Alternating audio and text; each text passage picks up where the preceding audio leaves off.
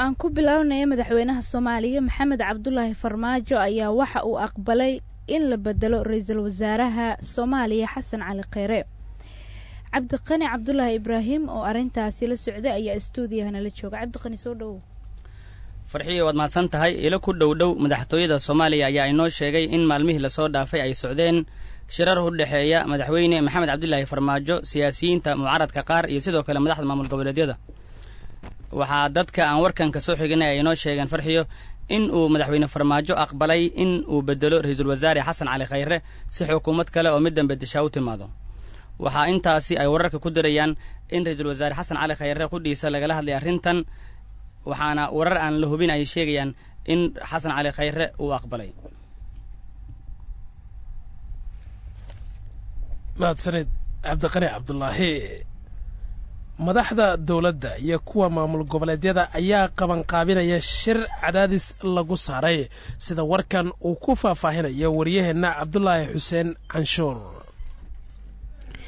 madaxda dalka heer federaal iyo dowladda maamul goboleedyada dalka ayaa khilaaf u dhaxeeya waxa uu sababay ku dhowaad muddo sannad ah inuusan qabsoomin shirka golaha amniga qaranka oo ay ku midaysan yihiin. shirkii ugu dambeeyey oo ay yeeshaan waxa uu qabsoomay bishii juun sannadkii tegay 2018. waxaa xusid mudan in muddadaasi lagu jiray khilaaf kala duwan oo heerar kala duwan soo maray oo marba madaxdu ay iyagu ku khilaafayeen hoggaanka sare ee dowladda dhexe ee federaalka Soomaaliya. marna xiriirka ayay dowlad goboleedyada u jarayeen dowladda dhexe.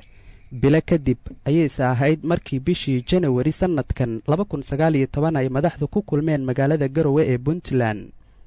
shirkii Garowe ee caleemasaarka Saciid Cabdullaahi Dani madaxweynaha maamulka Puntland oo isoo dhawaanshiyo yar ka muuqatay kadib ayaa la filayay in bishii Maaj ee isla sannadkan ay mar kale Garowe isugu tagaan madaxda sare ee dowladda dhexe iyo kuwa maamul goboleedyada.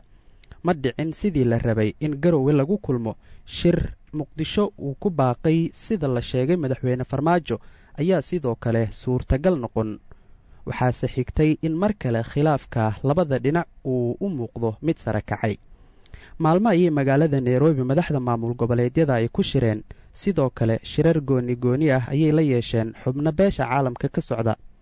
waxay ahaayeen madaxweynayaasha Puntland, Galmudug iyo kan Jubbaland. waxaana haatan warar soo baxaya ay sheegayaan in cadaadis lagu saarayo madaxda labada dhinac inay wada hadlaan. cadaadiskaas ayaa sida KNN ay u sheegeen ilo wareedyo ku dhow madaxda. waxa uu ku warramayaa in madaxda dowladda federaalka laga dalbaday inay fududeeyaan isfaham ay la yeeshaan kuwa maamul goboleedyada. sidoo kale madaxda maamul goboleedyada oo Nairobi caasimadda waddanka Kenya safiiro kula kulmay ayaa lagu wargeliyey in taageerada la siinayo ay mar walba ku xiran tahay isfahan ay si guud madaxda u yeeshaan. cadaadiskaas ayaa la tilmaamayaa inuu soo dedejiyey qabanqaabada shir ay labada dhinac ay yeeshaan.